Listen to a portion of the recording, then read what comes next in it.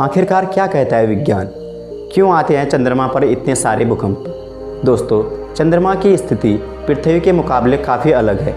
चंद्रमा पर भूकंप आने के कई सारे कारण हो सकते हैं। हालांकि चंद्रमा पर पृथ्वी की तरह भूगर्भीय सक्रियता तो मौजूद नहीं है, लेकिन फिर भी टेक्टोनिक प्लेट कहीं ना कहीं चंद्रमा पर भूकंप आने के कारण हो सकते हैं। और यहाँ तक कि वहाँ पर पृथ्वी का ज्वारीय बल, उल्कापिंडों के टकराव और उसी के साथ साथ तापमान में बदलाव भी भूकंप का कारण हो सकता है। तो दोस्तों, आइए आज इसी के बारे में हम डिटेल में जानते हैं। चंद्रमा की भूगर्भीय संरचना पृथ्वी की तरह तो नहीं है, ना ही वहाँ की टेक्टोनिक प्लेटों में पृथ्वी की टेक्टोनिक प्लेटों की जैसी सक्रियता है। फिर भी वहाँ भूकंप आते हैं।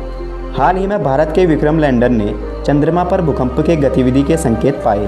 दोस्तों, वहाँ पर इंसानों के ना रहने से इनके बारे में चर्चाएं नहीं होती हैं, लेकिन वैज्ञानिकों का कहना है कि चंद्रमा पर जो भी भूकंप आते हैं वह पृथ्वी पर आने वाले भूकंपों से भी ज़्यादा शक्तिशाली होते हैं और कई बार तो इनकी तीव्रता 20 गुना अधिक होती है। तो दोस्तों, आइए जानते हैं कि इस पर विज्ञान का क्या कहना है। तो दोस्तों, सबसे पहले हम जानेंगे कि आखिरकार चंद्रमा पर भूकंपों का पता वैज्ञानिकों को कैसे चला। पिछले कुछ सालों में खास तौर से जब से नासा ने चंद्रमा पर इंसानों के भेजने की कवायद शुरू की है, अब चंद्रमा की हर समस्या को गंभीरता से लिया जाने लगा है। ऐसे में भूकंपों की समस्या को समझना भी बहुत ज़रूरी है। पृथ्वी पर तो तमाम उपकरण भूकंपों की जानकारी देते हैं, लेकिन चंद्रमा पर अपोलो 17 में चंद्र यात्रियों ने वहाँ पर जगह जगह पर सिस्मोमीटर छोड़ दिए थे, जो वहाँ की भूकंपीय गतिविधियों को पकड़ लेते हैं। चंद्रमा पर ये सिस्मोमीटर केवल 5 साल तक सक्रिय रहे थे, लेकिन उस दौरान उन्होंने 12,000 भूकंपों की जानकारी हासिल की थी। फिर भी पृथ्वी के आकार और अन्य कारकों को देखते हुए यह बहुत बड़ी संख्या मानी जाती है।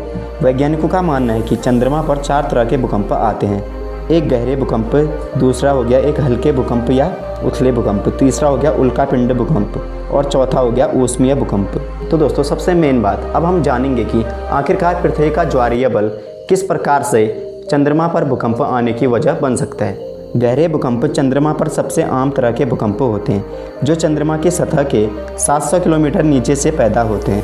माना जाता है कि इसकी वजह पृथ्वी का ज्वारीय बल होता है।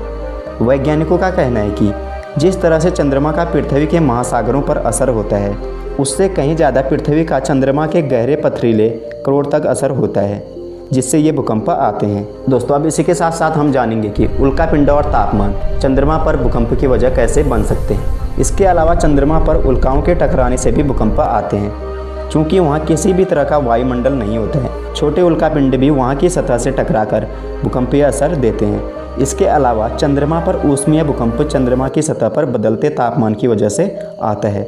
जब 2 हफ्तों के लिए चंद्रमा पर अंधेरा छा जाता है और तापमान -115 डिग्री सेल्सियस तक नीचे चला जाता है और दिन में +121 डिग्री सेल्सियस हो जाता है, तब इस उतार चढ़ाव के कारण भूकंपीय तरंगें पैदा होती है।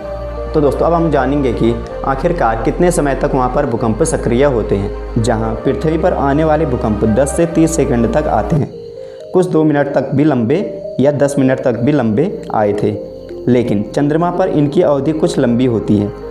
चंद्रमा पृथ्वी की तुलना में ठोस है। वहाँ पैदा हुए झटके कम नहीं होते, बल्कि ऊर्जा तरंगों को फैलाते हैं। इसलिए वहाँ के झटके 10 मिनट से ज़्यादा के होते हैं और कुछ तो घंटों तक भी असर करते हैं। इंसानी कॉलोनी बसाने के लिहाज से काफ़ी ज़रूरी होगा। तो दोस्तों, भविष्य में और भी चंद्र अभियान चंद्रमा पर जाएंगे, जो हमको वहाँ के बारे में और भी ज़्यादा डिटेल में बताएंगे। तो दोस्तों, आज की वीडियो में इतना ही। अगर वीडियो आपके लिए थोड़ी भी हेल्पफुल और इन्फॉर्मेटिव रही तो वीडियो को लाइक ज़रूर करना और दोस्तों, हमारे चैनल के साथ जुड़े रहने के लिए हमारे चैनल को सब्सक्राइब जरूर करना। Thank you for watching this video.